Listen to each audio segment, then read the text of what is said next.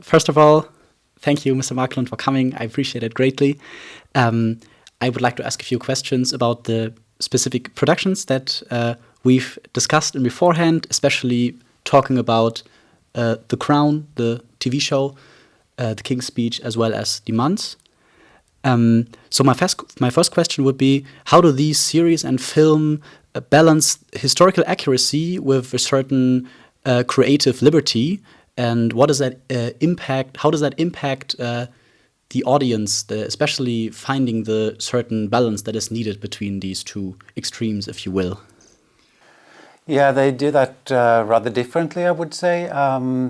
For example, one film that I appreciate very much, The King's Speech, I think that the audience is not really aware of the documents and the sources that the filmmakers have read and studied before making that film, and that the audience just follow it as a very, very interesting and fascinating drama. It's structured very much like a fascinating drama. Whereas in the television series Die Manns, then you as an audience, you become very much aware of the documentary sources that the filmmaker has used. So I think that a series like that invites the audience to understand a little bit about the historical facts that has been used by the filmmaker. So it gives a different experience to the audiences, or quite much. I totally understand that. That perfectly leads to another question. How do you suppose filmmakers, how does the selection process work when, especially in the case of The King's Speech, for example, there's probably a huge amount of documents and a vast amount of information that you could all use for a relatively short film in comparison. How do you suppose the filmmakers filter this information to use the specific documents that they need?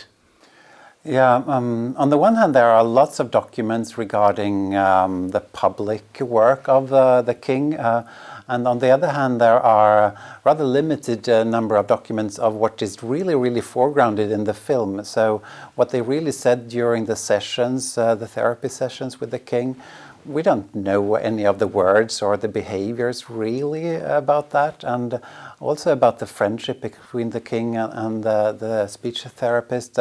We know that they did become friends, and we have letters from the king to the speech therapist also conserved, so we know a little bit about that, but there is so much that needs to be invented by the filmmakers in terms of those very, very important aspects of the film, their personal relationship and what happened between them there.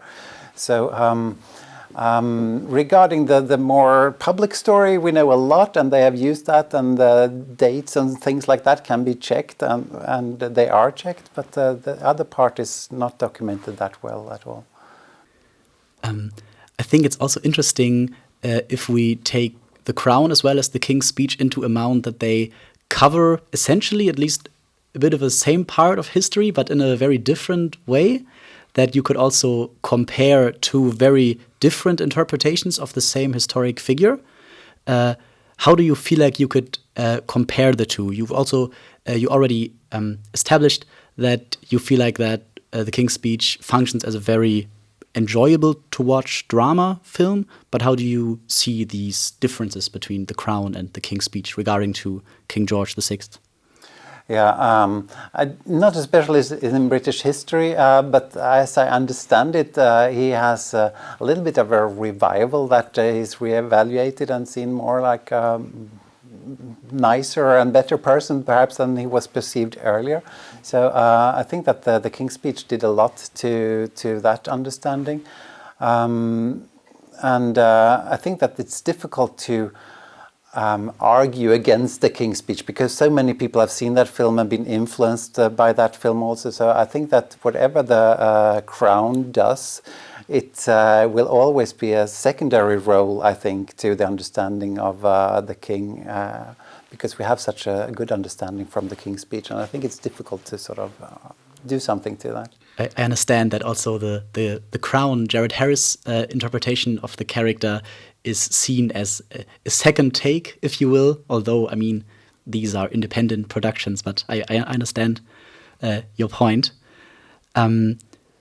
what would you say, what methods do filmmakers use to convey the historical accuracy to the viewer? You already touched upon this comparing demands to the King's Speech, but do any specific methods come to mind to convey this?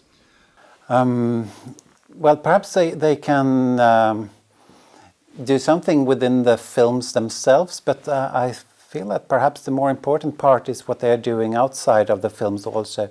There are, regarding a number of productions also being produced, say, works that teachers can use in schools, and the producers of many of these films know that, okay, if I produce a film, a biopic about this important historical figure, it might be used in schools also, so they produce rich documentary material, for example, regarding Sophie Scholl, which is a great movie, but then there were also a number of these study guides for teachers and students that were produced, and I think that that part is perhaps more important in providing information and critical perspectives and a great understanding of a historical period than what the filmmakers can do within the film itself, because I think that then they privilege the good storytelling and the good drama and the strong emotions and don't want to make people reflect too much on historical documents and accuracy. Okay. One final question, perhaps. How could we as a viewer identify these creative liberties that might be taken while writing an engaging story like that? Do you have any maybe even dead giveaways that you noticed over time that we feel like when these historic characters act like this, it doesn't seem accurate to you anymore?